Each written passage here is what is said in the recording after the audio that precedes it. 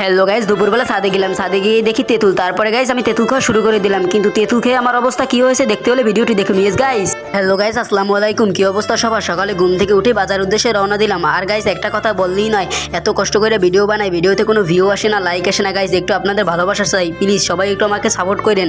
তারপরে গাইস বাজারে চলে আসলাম। বাজারে এসে দেখি গাইস আম চলে এসেছে।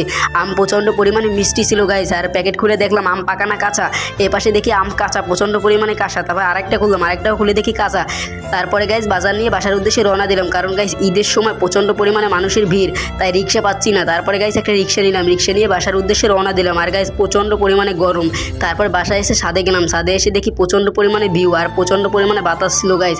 এই দেখেন কত সুন্দর বাতাস আর কত সুন্দর লাগছে। তারপরে দেখি তেঁতুল গাইস, কার তেঁতুল বলতে পারি না, তেঁতুল দেখেই খাওয়া শুরু করে দিলাম, কারণ গাইস তেঁতুলটা অনেক মিষ্টি ছিল।